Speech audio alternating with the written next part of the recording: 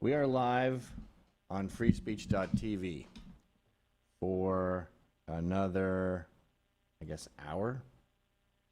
The call-in, I'm on Parler saying all this. The call-in is, what's the call-in number again? Oh, you wrote it for me. 718 in Crooklyn, 400 6959. And I'm going to put that up on the old Parler, and then I'm going to go to Telegram. This is the few areas I've been banished to. I'm going to go to Telegram and then just say the same thing. Boom. Now let's check. Let's check to see. We've never done this before. And one of the things I like about skateboarding is when you see the kids doing it, they are doing tricks that they don't know how to do. Oh, cool. There's me. I think Jerry Seinfeld said this. He said, you see skateboarders and they're always wiping out. And that's actually a good sign that a person is in control of their surroundings, and there's a lot of, there's a bright future for that guy. When you're doing something that you're good at again and again and always doing the exact same thing, like the Ramones or AC/DC, I don't know, it gets a little tedious. So we're trying something new here. We're going to try call-ins, and this is our first live stream from this New York studio and not the one where we do it with Milo. See how it goes. It could fail. We could break our ankles trying to do this ollie kickflip, but it will be a regular thing, and I think I'll try to make it this time. 2:15 every Thursday, live vidcast of the free podcast. You may have noticed Ryan is not here. This is day 2 of him being fired. We've got John Serino in the house. Hey, how's everyone doing? What else? So you might want to know what happened with Ryan. He went to jail. That's why he didn't show up for work yesterday. He went to, hey, John, can you do me a favor? Can you pick up that giant thing and put it over that doorway? Yeah, sure. You know that video where the guy talks about the crazy scale, and he says, you can go really, really hot, but when you do, you have to pay for it in crazy. And just like on a video game when you're choosing the characters, Ryan decided just to put all his eggs on hot. He just went hot, and of course he paid in crazy quite a bit. Also, can you flip that monitor thing here on the camera? Yeah. Sorry to give you all these chores. And I was not a fan of this person. If there's an imminent trial, I'll take it easy on the criticizing and the specific examples, but I was not exactly bananas about this gal, his girlfriend. But he just kept going. And I said, it's not going to turn out well for you, my friend. And he kept going and going and going. And their fights got crazier and crazier, and things got smashed and more smashed. And then I think they were at a hotel the other day, and the staff called the police because of a noise complaint. And Ryan was off to jail. I think his grandparents ended up paying his bail or something like that. So I think she's gone back to L.A. Praise Jesus for now. Who knows what'll happen? And so he calls me. He texts me late last night. He goes, I'm out of jail. I hear I'm fired. Yep. And then I call him and I do what all adults do when they've told someone something was going to happen 100 times and then it happens. And so I'm going into my I told you diatribe.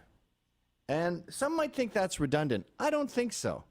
I mean, I do it to myself when I do stupid things. I remember my dad, when we were traveling across the country, we went on a road trip from Montreal to Vancouver, Seattle, and back again. Did the whole sort of border area. And he was running out of gas. We're going down a hill in the Rocky Mountains. And my wife, Jesus, I keep doing that. My mother said, she's just doing her usual, like, you stupid asshole, we had 1 million chances to get gas, you're not paying attention, you're always thinking about yourself, you're not paying attention, you're not in the moment, you're always off and out of space thinking about something else. Meanwhile, we're all in the car with you together. Now we got a baby, a fucking baby's in the car. My brother had just been born. We got a fucking baby in the car, we're going to run out of gas, that's dangerous. We're here on a fucking mountain, by the way. And instead of him going, take it easy, Lorraine, Jesus Christ, we'll figure it out, He just kept going, punching the steering wheel and going, "You arsehole, James. You arsehole." So mad at Jimmy McInnes was Jimmy McInnes that he fucked up his knuckles on his own steering wheel, screaming, "You arsehole, James, you arsehole." I'm just sitting back in the back seat going, these people are mental patients. And eventually we glide in. And I think God looked down on my dad and my mom, and I think he said, "She's really going at him, poor bastard." I remember when Mrs. God was like that. I don't think you know that. You know how there's a Santa and a Mrs. Santa? There's a Mrs. God. Really? A Mrs. God? Yeah, Do tell. Mother Nature is Mrs. God. Mother Nature. Okay, Yeah. Gaia, if you will. Yeah, he made his own wife, which isn't that incest or something? I don't know, but it sounds pretty sweet to me. Is that why Jesus is so retarded? Just kidding, Jesus. I'm Christian. I'm Catholic. I love you. Oh, we're going to get to the candidates, by the way, last night. One of them is a pro-abortion Catholic, Kirsten Gillibrand. But I think God took some, he felt bad for him, and he, what is all this extra paper I have? We don't need this.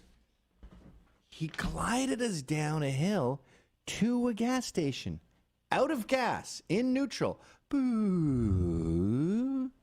Just let him flow in. Actually, maybe the gas station chose that location because people use more gas than they think going up and down the mountains. And he thought, I know, I'll be at the bottom of a hill, and people will just glide in when they run out of gas.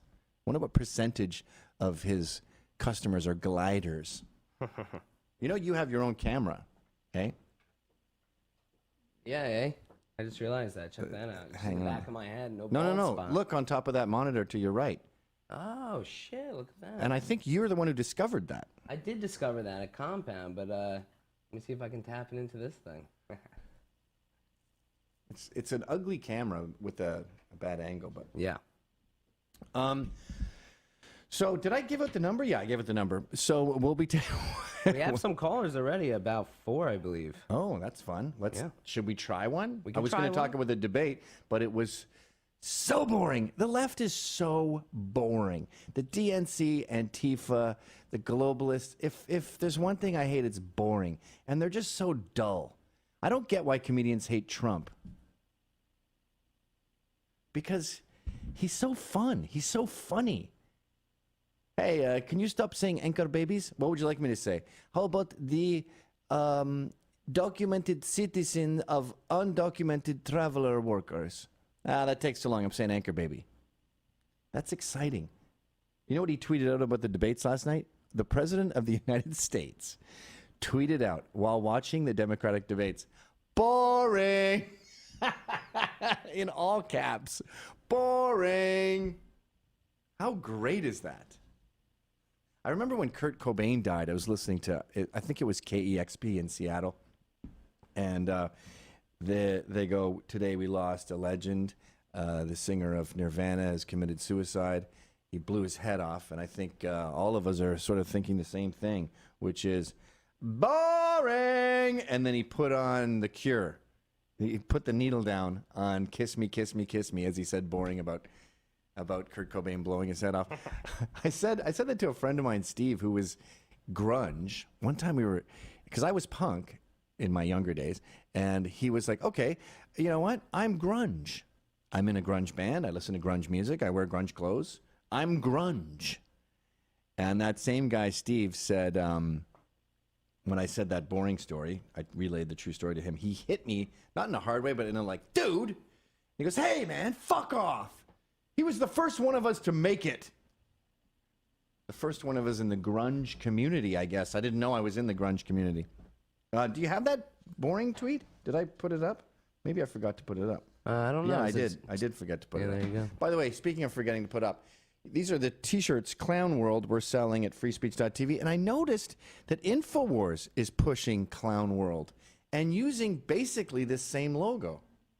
Now, I appreciate Alex. I think it's very important that he's in the political discussion. I guess he's competition, though. No, the guy makes like 40 grand a day. He's beyond competition. That's like saying you're competing with Coca-Cola if you open a lemonade stand. But how do I feel about that? Maybe it's possible Paul Joseph Watson is the guy who first invented the term clown world. Many people say I did. I'm not into like who said it first. I think that's gay. But it's kind of weird that everything he does has this logo on it and says Clown World. Is he trying to take back the Clown World thing? I don't know. We're in a war, a culture war right now, where everyone is going bankrupt and losing their jobs because they're conservative or getting censored. So I'm not about to, if this is a war, I'm not about to take it on. I don't really give a shit. I've got bigger fish to fry than who came up with Clown World first. Although part of me is like, dude, those are my shirts. All right, so should we get into the, let's take a call. I want to try to see if this works. Let's try an ollie kickflip and see if we smash up our ankles. All right, let's do this. Name's Christy, wants to talk about how she appreciates the way you made her feel about motherhood. Jeez. I'm a sexist. Why do so many women like this show? All right, you're on, Christy. Hi, Christy.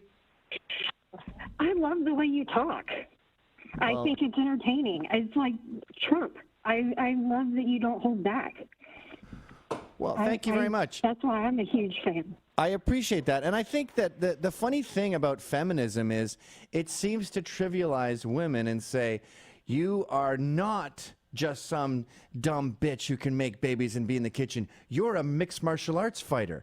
And what we're going to do is put you in a movie where you kick the shit out of everyone so you can feel like a real woman. And you go, no. Those are male traits.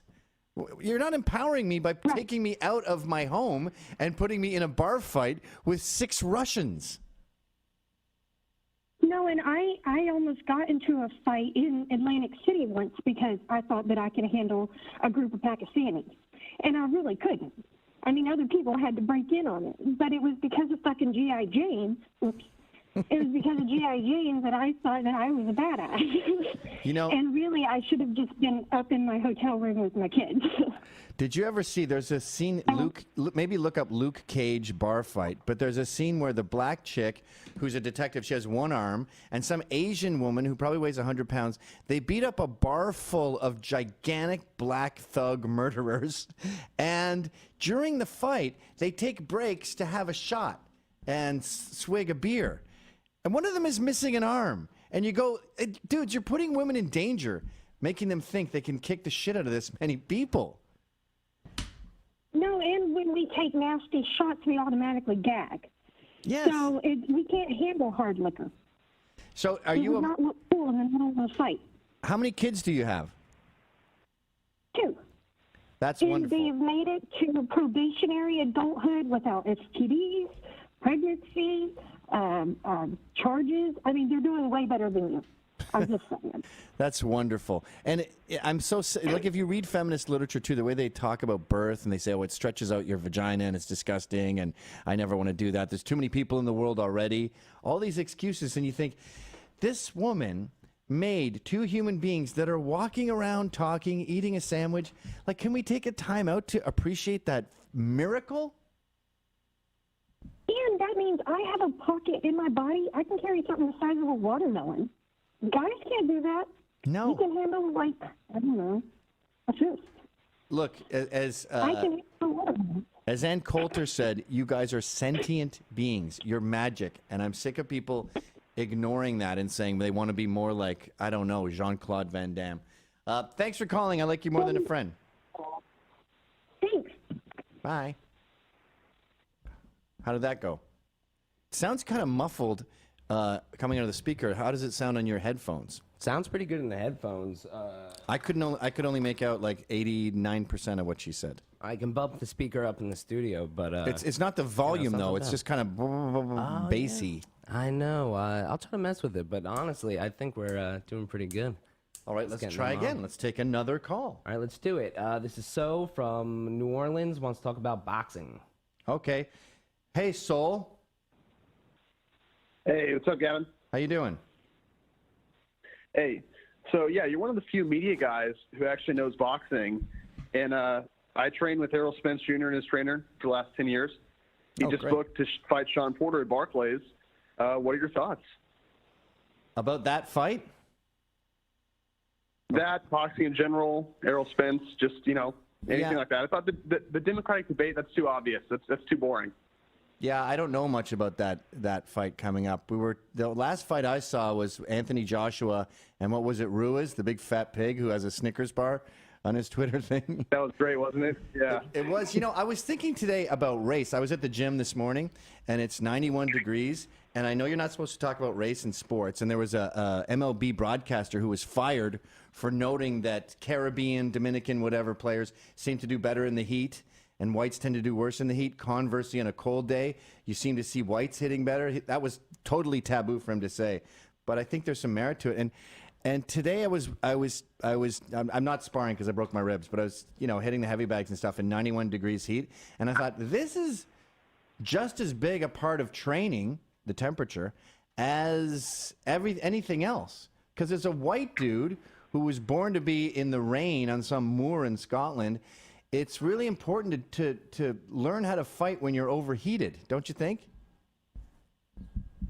Yeah, well, I mean, also part of that too is the race thing. Is when I train with these guys, like Errol's guys, I'm his training partner, and as the only white guy in there, I got to tell you, I love the riffing. I love riffing on them about their dads, and they riff on me for being, punk white kid. And I think that's the best thing you ever said on your show, was about how it's better to kind of make those jokes than be all weird and PC. And they know I'm a Trump guy, and it works.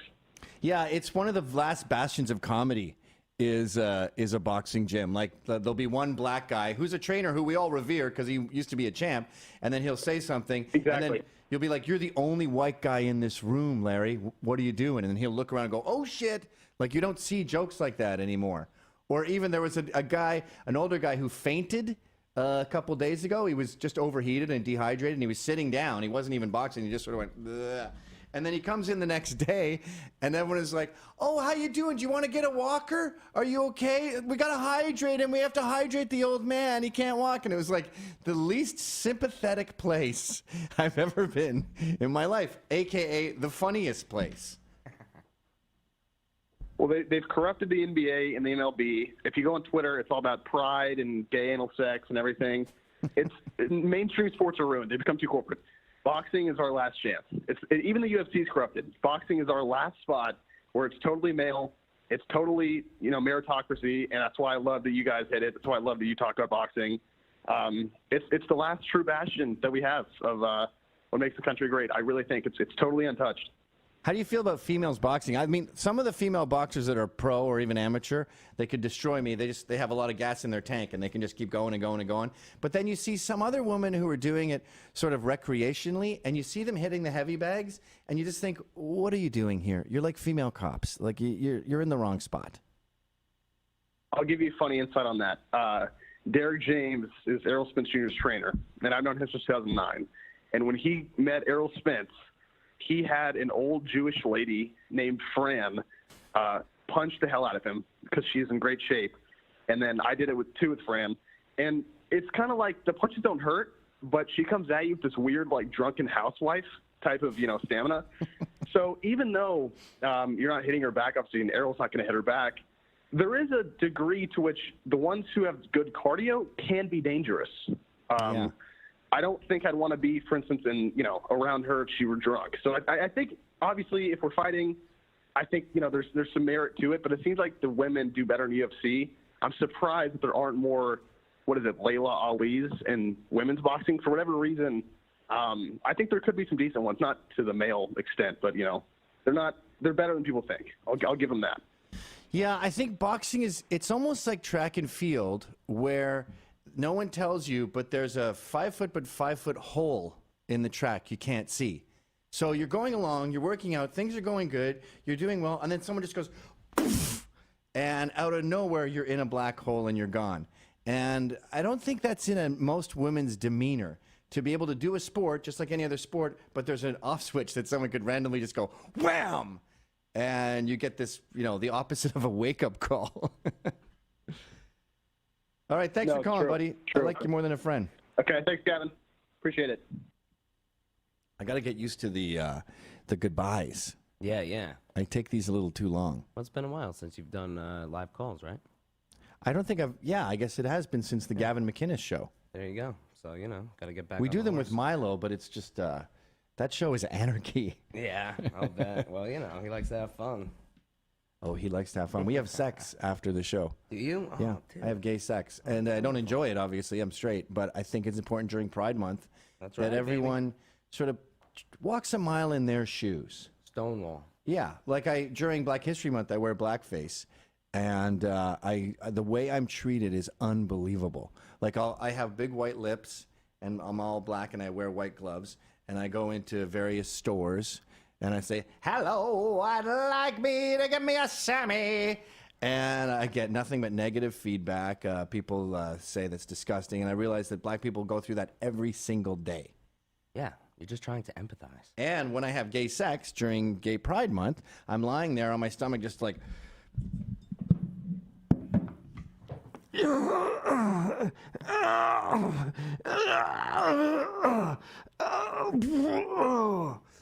And it's incredibly painful, really unpleasant, and I realize gays go through that every day. Every day gays have to suffer gay sex. And there's no, well, I was going to say there's no parade for that. Okay, there is a parade for that. You get one parade. But there's no T-shirt. No, there's T-shirts. There's T-shirts. Okay, but there's no, like, ballad. No, no, there's songs for that. Yeah, okay. I guess gays are doing okay. Yeah, That's the they're doing funny all right. thing about all these months. You sort of go, okay, I'm going to pay attention to what's going on with you. And then you look at it and you go, you guys are doing pretty good. You guys are okay. You had a shitty time in the 50s, but now I think we're okay. That's why we're going to have a straight pride parade that's run by a gay. Should we take another call? Yeah, sure. Let's talk to Lewis calling about Donald Trump. Oh my God, is this Louis C.K.? Oh my God, maybe. Let's Oh my see. God, I I'm think nervous. Oh my God. Hello, Louis? Oh wait, actually clicked the wrong button. It's Alex from Dallas gonna talk about Google and the censorship. Hi, Alex. How you doing? Hey, Gavin. Hey, I'm going to switch it on you because I heard you talking about how you're boxing with these guys from the Caribbean and it's the heat. You're always alluding to this, and it's called epigenetics. It's how we're evolving actually on a smaller microdose. So when you think about it, besides the physicality between, different people from different temperatures, even if you think about China, for 4,000 years, they're underneath an emperor. So even socially, their structure, they're used to being in communism. That's why I feel like they're actually okay with it. Versus where you look at Europe, it's like, okay, you have the heat, you have the cold. You're blonde hair, blue eyes, green hair, black hair. We have so much variability. That's why we tend to do more in creation. And then you look at Asia, where they're under communist, regime and emperors for so long that they're able to be great at taking European ideas and simplifying them to being efficient. And I feel like it's taboo to say these things or have these theories, but I talked to a lot of my friends about it, and they're like, yeah, that actually makes a lot of sense. And if you go through each one, it starts to make even more sense of how we're set up socially and politically, how our countries are run. So, I mean, even if for you as a Scot, you're talking about how you're always angry, well, maybe it's because you guys are so used to shitty weather, and you have the English for so long just, being down on you that you guys are naturally, quick temperament. No, Dr. But I just Drew. wanna know your thoughts on that. Dr. That's Drew something of I've all thought about for a people. while. Dr. Drew, of all people, said that. He said the reason that Scots are so ornery, you can hang up on him, the reason Scots are so ornery is that they've been battling the English for 700 years, and the ones who don't like confrontation are extinct. And he also said that that's why the Scots are such drunks, because they like adversity so much that if there's no war going on, they'll put themselves in their own little body war, where they're going to make it difficult to walk down the street. Now that's a war, just getting from A to B. I think that's valid, and it's an interesting point. I don't believe in nurture on the short term. I think your body is, your existence is about 85% nature, 15% nurture. And this is proven by children who were separated at birth. It's happened a lot over the years where they've been able to research identical twins. One grew up in Paris, poor, and the other grew up in New York, rich. And they find out that when they finally get realigned, when they finally meet each other, 40 years later, their husbands look the same. Their cars are the same. They have the same dog. One is a film critic. One works in film. They dress the same. They have the same taste in music. We are who we are at birth. However, obviously, if someone beats the shit out of you every day of your life, you're going to be an asshole. I like how I call the victims of abuse assholes. But what about, how long does it take before nurture is nature? Like the reason that Asians have slantier eyes is when they were crossing over whatever it is, the Bering Strait, and people would go snowblind from the brightness. So the ones who were squinting or had squintier eyes would tend to breed more. That's why my wife, who's an American Indian, has those eyes, because she comes from it's the same sort of background going through the snow. So that's society, that's your environment shaping who you are genetically. Maybe the Chinese whose society is 40,000 years old. I mean, Canada is about, I think it got its national anthem in 1980. So that's not 40,000 years ago. That's what, 38 years ago, 39 years ago. So I think it's totally possible that China's acceptance of communism is genetic. But here's another thing you didn't mention, sir. And the reason I hung up on you, by the way, is so we don't have feedback and while I'm talking. I assume you've subscribed to FreeSpeech.tv and you're hearing all this. If not, sorry, cheater, you don't get to hear your answer. You got to remember that Mao killed 80 million Chinese. And he's focused on dissent, but he really focused on the middle class and the creative class and anyone who would be adverse to his ideas, which were communist ideas. So it's possible that one man, Mao, altered the DNA, altered the genetics of the entire country, and to a certain extent the continent, but of all of China. Because when you keep killing 80 million of one type of person, and it's people who don't like communism, you're going to genetically end up with people who are prone to being told what to do, who respect authority, who are not rebels, who are not innovative, who are not creative. I mean, Asians might be smarter than us. They might want to invent something at some point. Like, China, what's going on with you? Why do you just keep ripping off our stuff? Invent something with that high IQ of yours. But they can't. And I think it's possible that Mao genetically killed their creativity. That being said, when you meet someone, you accept them at face value. I think prejudice is when you see a pattern, and it's okay to see a pattern. Irish people are bad with whiskey. But when you see an Irishman, you have to look at him and assume that he might be one of the ones that is good with whiskey or doesn't drink at all. That's what's important. Bigotry is when you apply a pattern to every single person and refuse to accept exceptions. You have to have an open mind every time you meet someone. Racism is when you're looking for an accountant and a black guy shows up and you go, nah, I don't think so. You guys aren't good at math. You can recognize a pattern with African Americans in mathematics. I'm not saying there is one. But when you meet him, you have to say, all right, we got a smart guy on our hands. He applied for the job.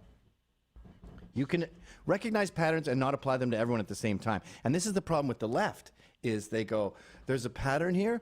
Oh, you don't think women are good at mathematics? Oh, yeah? What about Leanne Lemieux, who won the Fields Medal in 1846? And you go, okay, wonderful. That's great for her. Oh, you don't think women are good fighters? What about Ronda Rousey? And then the left thinks that's the end of the discussion. You go, no, I never said every single person is like this. I said women generally tend to be bad at fighting, which is why I don't think you should have this dictum that says we need more female cops, because you end up pulling in all these fat-ass, short Puerto Rican chicks who get the shit beaten out of them or die, like that chick in Colorado did the other day when she was involved in a domestic. Now, when some female beast, some Olga from Ukraine shows up and she can pick you up and throw you over her head, by all means, hire her. I never said never hire women cops. I don't think women are good politicians generally. I also think Margaret Thatcher is one of the greatest politicians of all time. I don't think women are good writers generally. I think they tend to be too verbose, and their columns are too long because they don't sit and sort of hammer out the idea. Men are good at taking a big ephemeral cloud of ideas and crunching it down into one solid concept. Women just like to leave it in the cloudy format. I remember playing charades once as a young man on magic mushrooms, and we divided the teams. We were all high on psilocybin. We divided the teams into male and female, and our features were exaggerated. Our tendencies were exaggerated, and the men were sitting there going, third world, third word, sounds like moving, parts, moving parts. Yes, Ford, Model T Ford. It was all like, choom, choom, choom, choom. And the women, I noticed, were sort of like, picnic basket, going on a trip. Okay, enjoying the scenery. It's olden times. Oh, Model T Ford. We're different. Now, that doesn't mean that you can't have... Look, women aren't great writers. Most of my favorite writers are female. Ann Coulter, Michelle Malkin, Naomi Schaefer-Riley, Laura Hillerbrand, the woman who wrote Unbroken. It's called anecdotal evidence, you fucking dummies. You notice that too when people argue. You'll say something like Sarah Silverman the other day. I go, she said, "What do you think of Sacha Baron Cohen's new show?" And I go, I don't like that he chose these people and made them look dumb for being nice. Like they had this war vet who I think it was John McCain signed, or Dick Cheney signed a waterboarding container, like the gallon jug they use for waterboarding. Some vet asked him to sign it, and he signed it, a waterboarding jug. Yeah, that looks terrible, but you don't know if this guy has PTSD. You don't know what happened to him. He might have mental problems, and you're kind to the guy, so you say, okay, here, I'll sign it for you. Or they had that other dude who was showing how to teach toddlers how to use guns in kindergarten. Yes, that sounds absurd. The detail they didn't mention is that Sacha Baron Cohen posed as someone from Israel. Now, if you're in Sderot in Israel, you're under siege on a daily basis. And I don't know. I've been to schools in Sderot. They look like Rikers. They literally look like Rikers. So maybe kids should know what to do if some Palestinian terrorist drops his handgun next to a 5-year-old. Maybe they should know how to pick it up. Can't leave out that detail. So what Sacha Baron Cohen did was he took advantage of people who were being kind and erring on the side of politeness, which the right tends to do more than the left. And then she goes, well, I've had a microphone and a camera in front of me and been told to do stupid shit, and I've just said no. Yeah, you're one person. That's anecdotal evidence. You don't represent the pattern. You've also had a camera pointed in your face since you were doing stand-up as a fucking 17-year-old. Hey, John, another thing. Can you turn on these two lights? I'm getting weird shadows. Oh, yeah, sure. Do not stand in the shadows. Do not stand in the shadows. Whoa.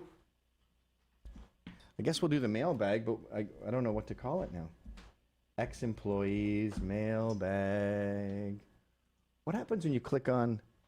I'm clicking on FreeSpeech.tv live stream to see if there's a FreeSpeech.tv live stream. Should be. It's loading. That's not good. Can you watch it? What if I look on my phone? Let's take another call after you turn those lights on. Yeah, that's nice. Put some light on the situation, babe. Oh, I just... Look at this. I texted my old employee, David Cast. Oh, gas, man. I go, Ryan is fired. You know any David Casts? And he goes, yeah, John Serino. Oh, what a guy. This is 2:46 p.m. Thanks, buddy. Just in time. Yep, always. All right. If you want, we've got Lars who wants to... Wait, no. When is Lars calling about Brian being fired? Ryan. Oh, Brian. That's what they wrote. The machine spelled it. You want to talk to them? Because it's a machine that transcribes Yeah, this, it's right? amazing. You guys talk, and it turns it into words for me to read. Technology. Well, Here you look, when I go to the live thing, it just goes back to the beginning of the show. That's not live. go. It should be. Uhuru. ¿Cómo está? How's it going? This is your favorite hunk from London calling. I didn't know you were American. No, I'm not American. I'm from Norway. Oh, you have an American accent. UK accent. Where did you learn English? By my American friends. Huh. It's a better accent. Yeah, I prefer it. And the chicks over here, they love it too. It's kind of a funny American accent you chose, though. You kind of sound like a weatherman's friend in Colorado. Well, we can't all be perfect. I guess I have some genetic indisposition to having a perfect one.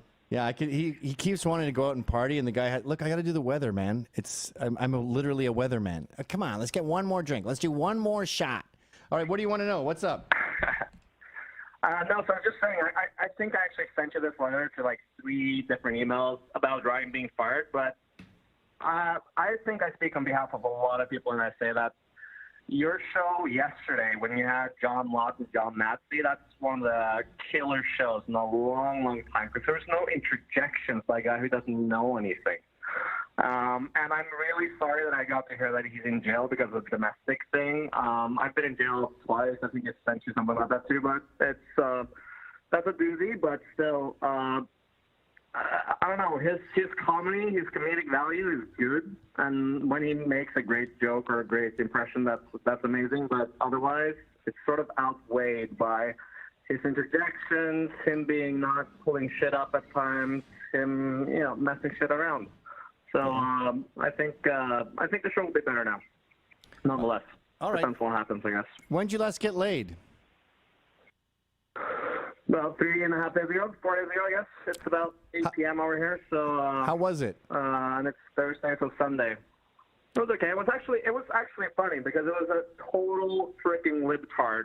I mean, she was all out Greenpeace, Rebellion Extinction, no shaving under the arms, like hairy armpits, hairy legs, cunt, all that kind of stuff. But it was good because she was tight, dude. Did she shave her legs?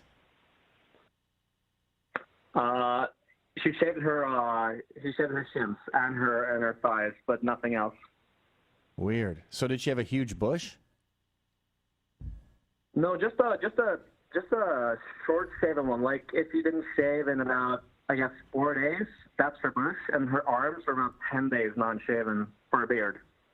I can deal. You know good. what? If everything else is reasonable, hairy armpits aren't the end of the world. No, I know. I mean, just about 2 months ago, I think, after we had actually a pub with me over the pub was Britannia, I hooked up with this French chick, and she was proper, like, rural French from the 1940s, 50s maybe. And she had, I guess, an inch of bush. I still went down to her. Still fits like magic. And it was all good and fun. Yeah, I think the only deal breaker as far as hair goes is when it's like the bush goes onto the legs a bit. Lower back hair is also a bummer. Yeah. And intense shin hair, like man levels of shin hair, I'm sorry, no. That's a deal breaker, even for someone who's all right, thanks for calling, Lars. I like you more than a friend. Bye. And of course, the ultimate deal breaker is thinning hair. Balding women. I've told this story a million times, but I was going to see the film Sin City. Remember the comic booky movie? I think Bruce Willis is in it. Yeah. And it's black and white. And the I was going to say the pews. The seats were very steep. The incline was nuts. It was almost like a sports stadium. It's in New York. I guess it was Union Square. And I'm looking down, and she's almost between my knees. And I can see right through everything. Like, it's worse than shitty tits. It's worse than being fat. It's a deal breaker. It's one of the only things where you go, we cannot work this out no matter what. Ladies, if you have that horrible curse, which I would equate with a micro penis. It's like having a penis that doctors want to bring. Like when a doctor sees it, he goes, can you come to this convention we're doing? I'm a urologist, and you're my ticket to stardom. It's almost as bad as that. But you can just go to Singapore or something and have plugs put in. They have the technology. You'll be fine. My barber told me that they have stuff now where he can't even tell. And what does he do all day? Look at hair. All right, we should take a second to look at these the debates. First thing, I believe Ryan, after getting fired from here, went and worked for the DNC because check out this. They left all their mics on. Could you not have run through the debate a couple times before you broadcast it, please? Check out this clip. It's the debate technical job, the top one. People were killed in a school shooting last year, and where there has been significant activism on gun violence ever since. Many of you are calling for a restoration of an assault weapons ban. Oh, look at the lag we got here, John. I There will still be hundreds of millions of guns in this country. Are you online? Should there be a role for the federal government? Everybody's mics are on. I think we have I heard that too. That's okay. I think we had a little mic issue in the back. Control room, we've got contrary I think we heard, yeah, we have the audience audio. That lag is All right. unusably So the bad. question is simply this. You know, sorry to bore you folks at home, but we're trying out ollie kickflips here. Stop playing that, please. From Parkland, Florida. Sometimes if it goes through the internet, you get brutal lag, but if you hardwire it to the thing, which it is, it's much smoother. All right, let me give it a go. A little redo. Yeah, they left the mics on. And the other thing that annoys me about this is that in the control room, you can hear someone just blethering, just yapping away. Now, I know they didn't know their mic was on, but when we're at the debates and it's MSNBC, God knows how much they paid to have the privilege of hosting that. There's a lot of money at stake. Millions and millions of people are watching this. Can you not be blethering on? Can you not be yapping all the time? God, people yap too much. I know I yap for a living, but when you're out at bars and stuff, and there's these people, like I see these women in my neighborhood, these rich housewives who don't do any work, the nanny, the au pair, everyone else does everything, and they're just going for walks, and you just hear them just nattering like birds. And I want to just go, what are you talking about? Like when I hate getting phone calls. In fact, I don't really answer my phone. I just say, text me, please. It's nice and concise. But when I'm on the phone, sometimes after about a minute, I just have to lie. I just go, oh, I'm going in a tunnel. I just hate talking. What are you doing over there?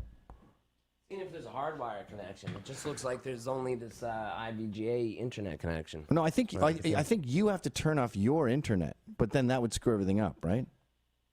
Yeah. All right. Sorry, folks. We won't bore you with. Yeah. Anyway, you don't come here for DNC debate coverage. Go to Breitbart. Breitbart is oh, you know what's another great site I just discovered? You probably already know about it, but Paul Joseph Watson's news site, summit.news. I like the word summit because in the British working class it means something. Are you angry about Summit? What's your problem? You're always pissing about Summit. But yeah, show that. Summit News is a great place to go for your news every morning. It's got all the latest stupid controversies, and it's fun too. It's not boring. Like they had the Sean Lennon story. Oh, they had Alexandria Ocasio-Cortez. We got to talk about this. This is so good. She goes up to a border wall and is crying. This is in the notes too, I think. Is it? No, it's not. Jeez. She goes up to the border wall and is crying, and Paul Joseph Watson was angry. She's wearing a $600 watch. I think that's kind of cheap for a watch. But we look at the border wall, and it's a parking lot.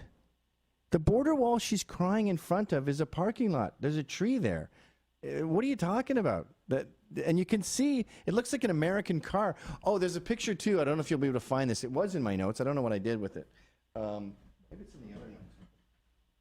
And you can see the angle that the photographers are shooting from. And right behind them, you see that it's clearly a parking lot. She's the worst. So she's wearing a brand new white pantsuit, $600 watch, and she's crying in front of a parking lot, posing as all these AP photographers catch her. That really sums her up. There we go. Doesn't that sum her up in a nutshell? Her sitting there, crying, trying to get the picture. Unbelievable. And that was sort of a takeaway from the debate, too. That these people are stuck in all this weird... There we go. That's perfect. That doesn't have the one with the photographers, though. When I was watching the debate, you can go to the highlights reel now. We have to cover it, folks. I'm sorry, but we'll be very brief. Hey, here's the deal, lefties. You think Trump won because he's a Nazi. So you go, I'm going to be the anti-Nazi. I'm going to be Antifa. I'm anti-fascist. He's a fascist. He's not a fascist, dumbass. Antifa's radical. So you think going radical left with Ilhan Omar and Alexandria Ocasio-Cortez is going to work because it worked for the Nazi party, the GOP. Yes, that would be logical if the GOP was the Nazi party. They're not. So you wasted all of this energy being radical when you should be doing the opposite. If you want to win, Talk about pragmatic things like healthcare. Talk about Trump's failures, about how there's no wall. Talk about infrastructure. Talk about the deficit. Talk about fiscal conservatism. Stuff like that. Don't talk about abortions a day after the baby's born, but they're not. They're going all in. So let's just play some of the highlights. And they do talk about healthcare a little bit, which is smart. You know what concerns me, John? When you play a clip, it sounds crystal clear. And when we get calls, it sounds like Charlie Brown's parents.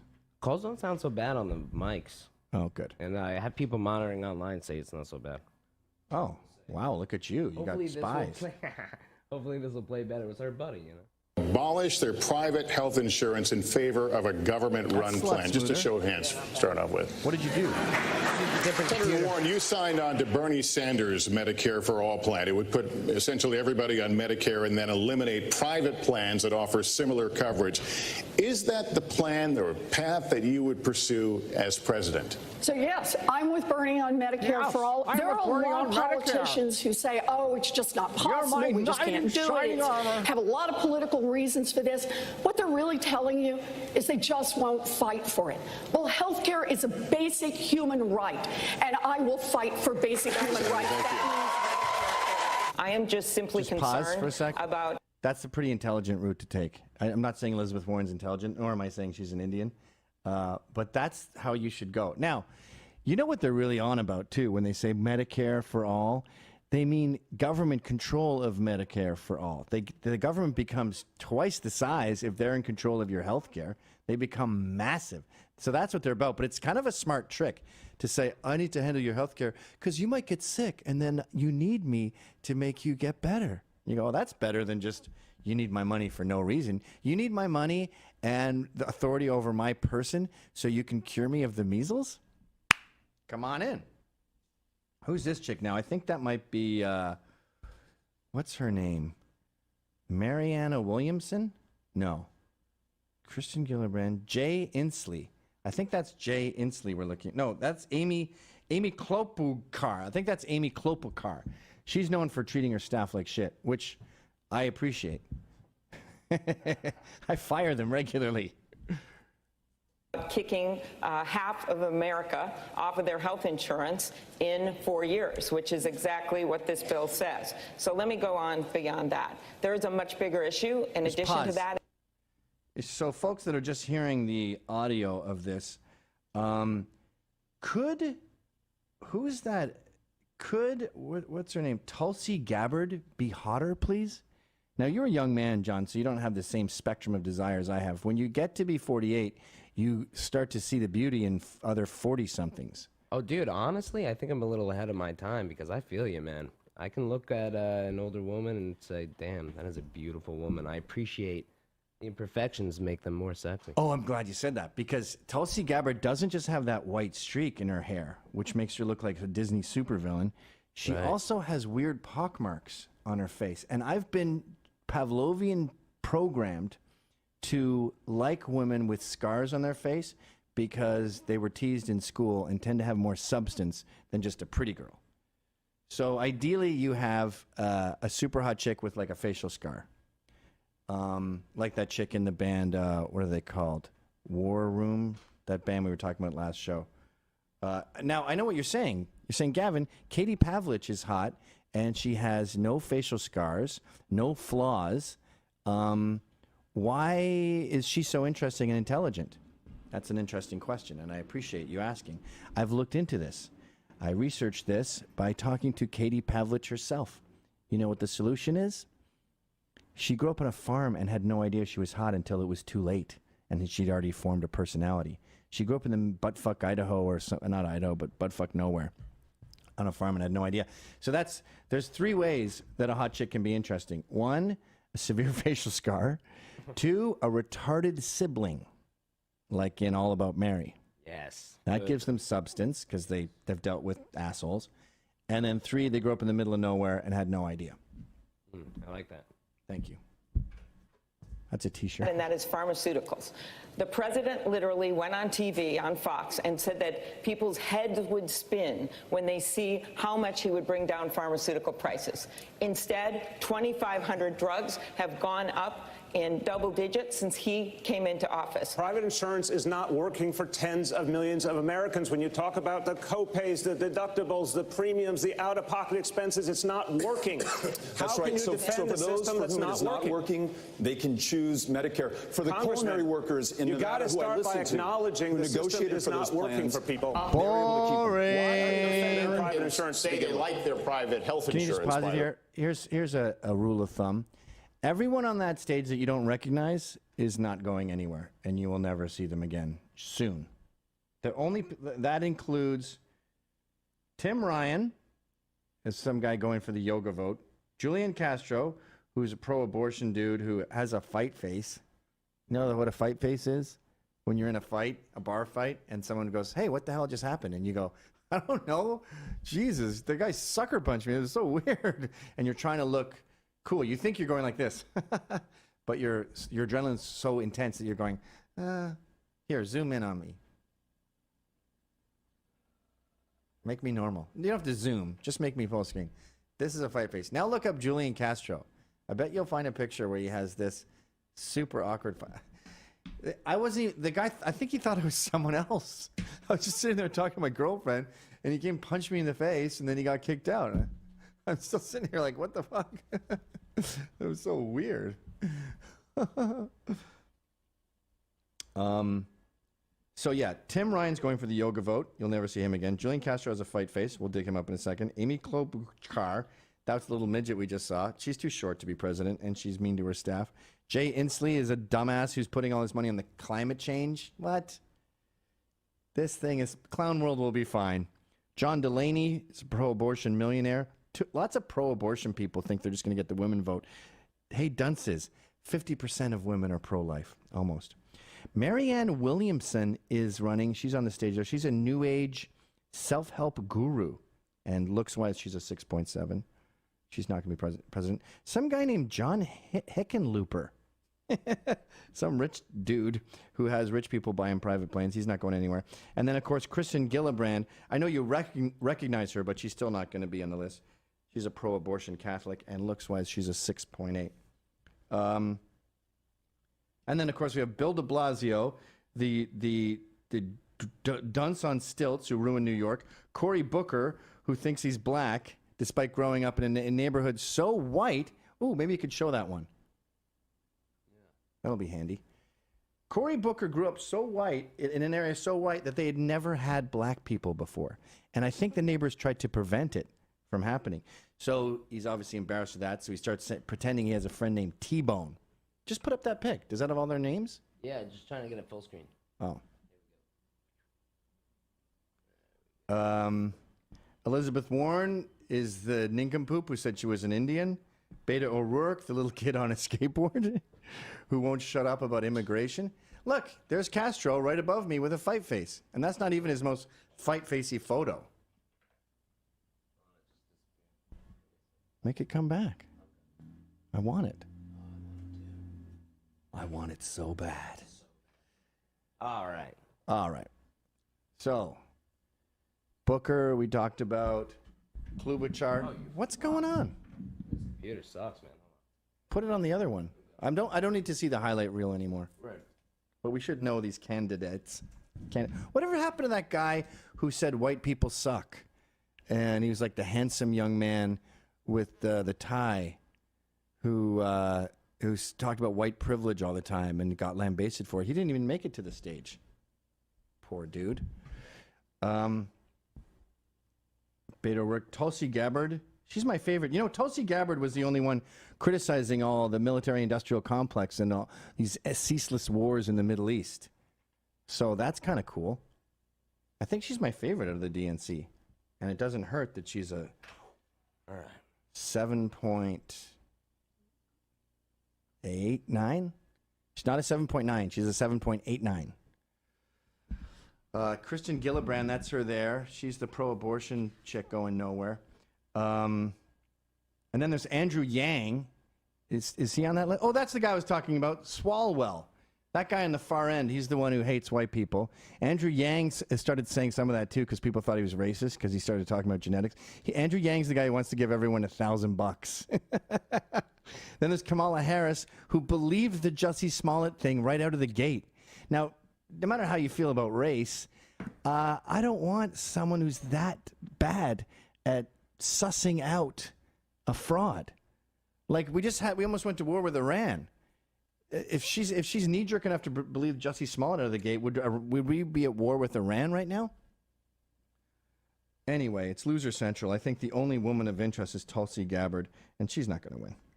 So they're not going to win. They don't have any candidates. Pete Buttigieg's whole thing is trying to bait us into making homophobic jokes about him. We don't have to, dude. Your husband is such a loser, such a kitten picture loser, that we can just make fun of him. All right, we're running out of time here. John is charging me by the hour, and we're getting into the quadruple digits here.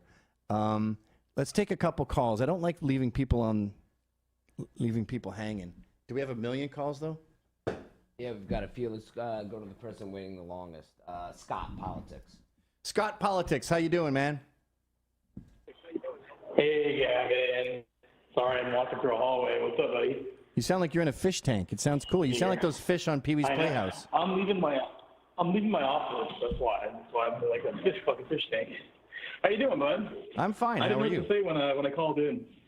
And this is Mom 7. I didn't know what to do when the fucking called because I'm sitting at my desk. I'm like, oh shit, I can't really say what I want to say when I call in. But dig your new format, man. Yeah, can we get to the fucking question, please, Blabbermouth? Yeah, let me give you the question. How many fingers, Gavin? I can't see you. How many fingers is How many fingers am I holding up? Huh? How many fingers am I holding up? Come on, Gavin. Can we go to the next guy? All right. You waited a long time to bore us to death. What are you, the DNC? Patrick George, friendly debate, gayness. P. George, what's up? Hey, I just wanted to talk to you about the gayness of gymnastics or Brazilian Jiu-Jitsu versus boxing. Yeah, Brazilian Jiu-Jitsu. What's that Vejo thing where they just do those homo roundhouse kicks? Yeah, capoeira. I believe it's an old Brazilian-style kickboxing, and a lot of times it's just used for, like, celebratory dancing, I believe. It's just dancing. But yeah, they just get together in a circle on a beach and throw their heels around at each other. I gotta say though, every time I watch women's sports like soccer, and the only time I watch it is when it's on in the bar, and I'm watching women's soccer, and it's always going offside, and they never seem to score. I feel like I could be a goalie for the women's Olympic soccer team and do pretty good. But when you watch women do gymnastics, maybe it's their lower center of gravity. That's the one time where you go, Jesus Christ, that was, whoa, that was a hell of a flip. Yeah. As a male gymnast, I would never do female gymnastics. It is just a next level of you're either crazy good or crazy stupid to be doing it. Oh, did you see that woman who broke her kneecaps the other day? They bent the wrong way? Yeah, that was, she came out, I believe, of a round-off double Arabian, and she just landed and hyperextended her knees and made herself look like an ostrich. Wait a minute, you're a male gymnast? Yes, sir. I think that might be gay. Well, it's either we're gay because we play the most difficult sport in the industry and we hang out around beautiful women all day. Yeah, like male cheerleaders? And we're not. Yeah, like male cheerleaders, but they're gay. Don't. Or say a male flight attendant, he gets to hang around with hot chicks all day. Or maybe a hairstylist. True. Straight hairstylists get to hang around with hot chicks all day. True, but I feel like they get hit on by gay men more because if you think about it, if a gay man comes in to get his hair styled and he's with a straight guy, gay haircuts don't take 5 minutes like ours do. They sit down and they talk and they chat and they're like, I want it colored and I want it permed and I want it straightened this way and that way. So by the end of it, you're sitting in this chair for you're standing behind this gay dude for 3 hours, hearing him talk about his gay boyfriend, even though you're just like, listen, buddy, I get paid minimum wage to cut your hair. Can you shut up? Wait a minute. What are you talking about? I'm saying if you're a hairstylist who's a male who's heterosexual, then you probably get a lot of pussy, but you're still in a gay job. I don't. The guy's cutting females' hair, not gays' guys' hair. All right, let's go. But, what a weird debate. Who's next? These are going fast. Yeah, all right. Let's do Name is Cruel. To meet Rob, calling because I saw a previous episode where you were talking shit about Czech Republic. Okay. All right, here we go. Hello? Hey, the Czech Republic is a shithole. Listen, you said you were in the 90s? 92. That's 30 years ago, right? Pilsen, Czechoslovakia. It was just so filthy. You'd touch a wall and your finger would be black. I guess they didn't have catalytic converters. It's been, no, yeah, it was because it was even worse in the 80s, but since then it's gotten a lot better here. It's a lot cleaner now, and the beer is cheaper than water here. Yeah, that's and true. And literally the women here, you know how you see a beautiful woman and you think to yourself, oh, you cry inside that you'll never have that woman. That happens literally 100 times a day to me, I understand. You understand I'm from Montreal and I live in New York City. But, so I've been drowning in whenever I've moved, sorry. Go ahead. Go ahead. No, I was just saying that I moved here when I was 24, and I would visit because my parents are Czech, so I'd visit over here. And then when I go back to the U.S., I would literally cry at the difference in quality of women. But what city were you going back to? So, I'm in Prague. No, but what American city? The capital city. Oh, well, Seattle. Yeah, unfortunately. Seattle is fat chicks in rubber boots with an axe to grind. Montreal, New York City, stunning women. And my problem with a beautiful Eastern European woman is I can't stop thinking about sexual slavery. Like, I remember back when I would watch porn, you'd hear like, what are you doing? Are you coming over to? And you're just like, ugh, she's dying of starvation. She's doing this to feed her children. That's not a turn on. I don't know. There's something about that accent. It just reeks of poverty. Yeah, I understand, but because I can speak the language, so I don't hear any accent in English. So to me, they sound all sexy. Okay, so I said Czechoslovakia sucks. I have an American accent. And you said it's not as bad as it was 20 years ago, and the accents don't annoy me because I'm Czech. No. So Czechs like Czechoslovakia. Okay, I got you. Bye. Yeah. Bye. You got to be more quick with the buys because it's almost like telling someone to fuck off when you're in a car and they're walking and then you get to a red light. Hey. So anyway, as I was saying, fuck off. What else is going on? Yeah. What else you doing besides fucking off? All right, we've got Simon Kevin is a fucking biggest. I don't know. It's a translation error probably, but I'm putting him on. Okay. Yeah, I see you, pal. You're a fucking bigot. When I was last in Glasgow, there was a guy at the local pub, and his name was Bob the Bigot. And that was just accepted. It was like, oh, aye, that's Bob the Bigot. And then yeah, you go, should we be wearing this as a badge of honor? But look, just briefly, I digress. Look, Loz's accent is a fucking faggy accent, and he should be brave and either stick with his country of origin with a slight accent from there and speak English, or speak with a fucking British accent. This faggy American accent is just not cutting it anyway. You're wrong. yeah, okay. Well, I'm not going to argue with you because you sound East London, and I'm scared of those guys. Don't you guys have, like, brass knuckles in your Crombie? Well, listen, you should do a skit with British Gav as well. I think a skit with covering London affairs would go down quite well. But anyway, look, back to being a bigot, and I think it's a badge of honor that you should be wearing with pride as well, because is it really something to be bad, to be intolerant towards those holding different opinions to yours? Well, doesn't a bigot also imply you're not open-minded? And I don't think that's intelligent to never be open-minded.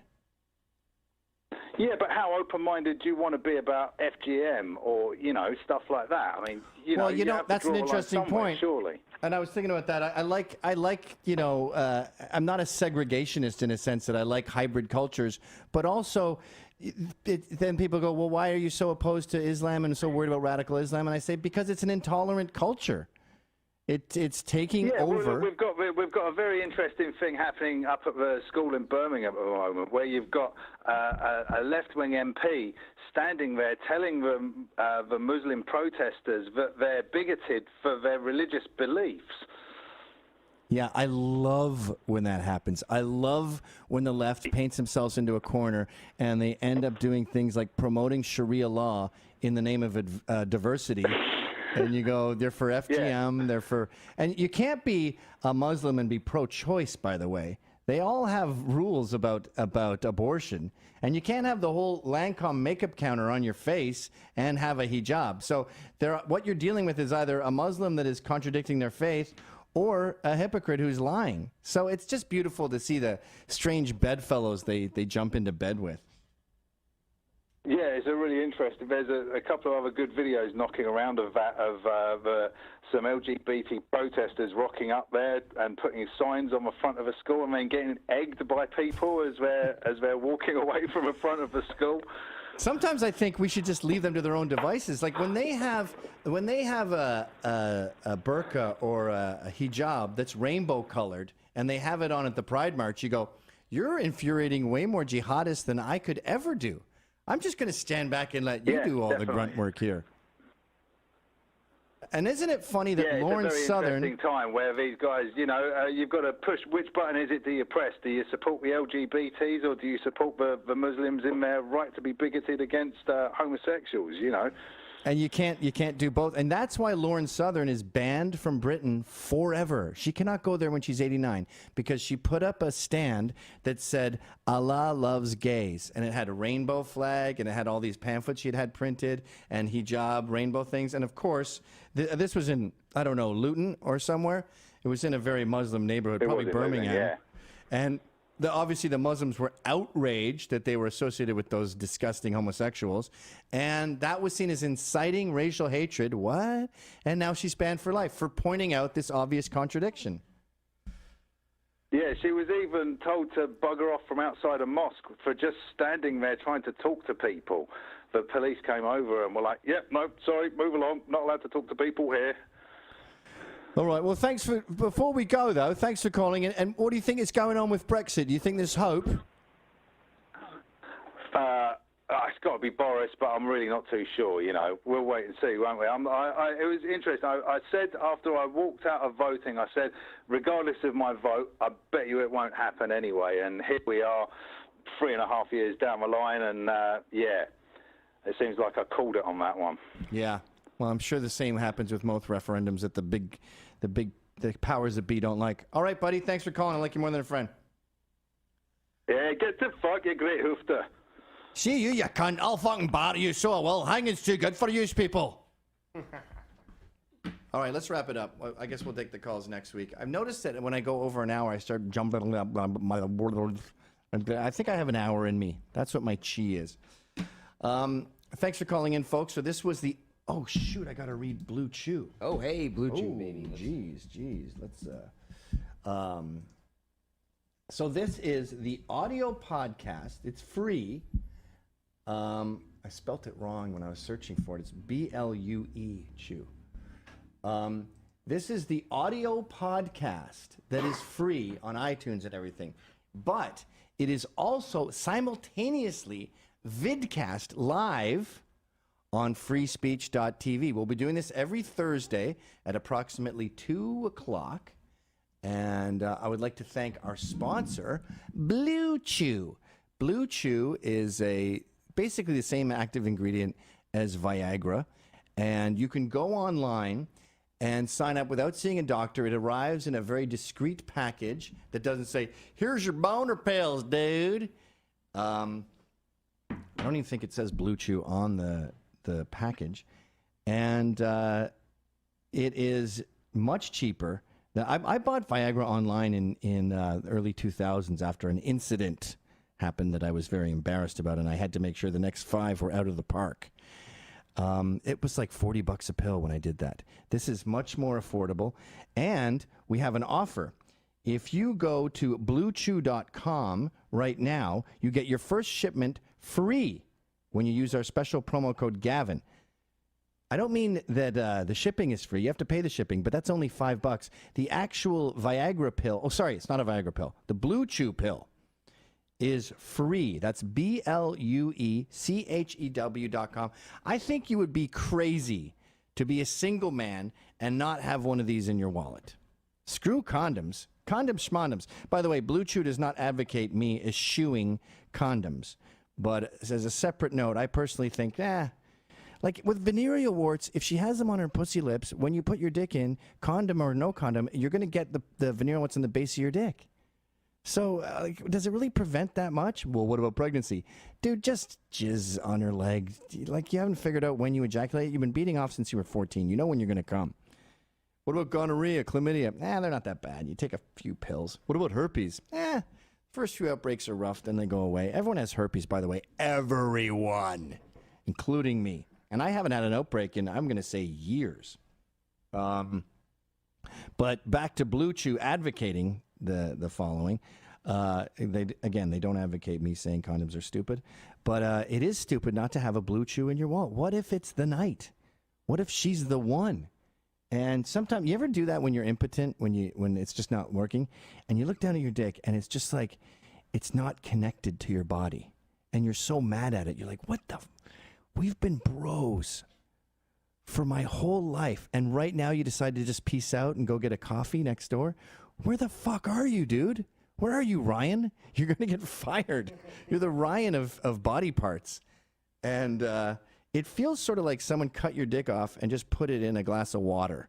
And it's just floating around there, slowly diluting, like it's like a powdered dick. You don't want that. What Blue Chew does is it brings your dick back from the cafe and says, no, we're not getting a coffee now. I need you. This chick I've been working on for months. This is the one. I need to be on tonight. Be on with BlueChew.com. Again, the promo code is Gavin. You can try it for free. Just pay the shipping. And that's the end of our podcast. Get fired, get in trouble, be brave, and never stop fighting.